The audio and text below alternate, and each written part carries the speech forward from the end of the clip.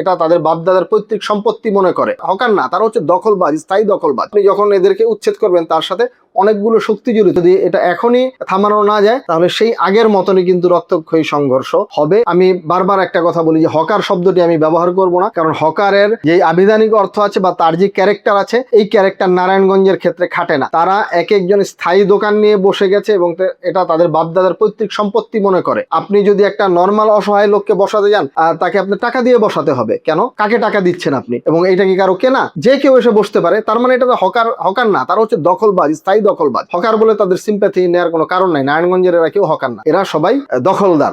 ইতিপূর্বে যে ঘটনাটা ঘটানো হয়েছিল, আপনি যখন এদেরকে উচ্ছেদ করবেন তার সাথে অনেকগুলো শক্তি জড়িত, কারণ যেহেতু টাকার ব্যাপার স্যাপার আছে, এবং এই শক্তিগুলো তখন তাদেরকে পেছন থেকে ফুয়েল করে। এর আগের গ্রুপটা অনেক বেশি শক্তিশালী ছিল, এই কারণে প্রথম দিনই মেয়রকে হত্যা করার মতন তারা উদ্যোগ নিয়ে ফেলেছিল, কারণ পেছনের শক্তিটা অনেক বেশি শক্তিশালী ছিল। এখনকার শক্তিটা একটু দুর্বল, তাই তারা আস্তে আস্তে সংগঠিত হচ্ছে, এবং যদি এটা এখনই থামানো না যায় তাহলে সেই আগের মতনই কিন্তু রক্তক্ষয়ী সংঘর্ষ হবে। নাগরিক সমাজের ভূমিকা শতভাগ আছে। আমাদের কিন্তু সমাজের সব স্তরের মানুষের সাথে চলাফেরা হয়, কথাবার্তা হয়, সব তো আর সংবাদে উঠে আসে না, কিন্তু আমরা মানুষের মনোভাবটা বুঝি। এখানে যারা সরাসরি সুবিধাভোগী ফুটপাত থেকে, এই দখলবাজদের থেকে, তারা ছাড়া একটি মানুষও এদের পক্ষে নাই।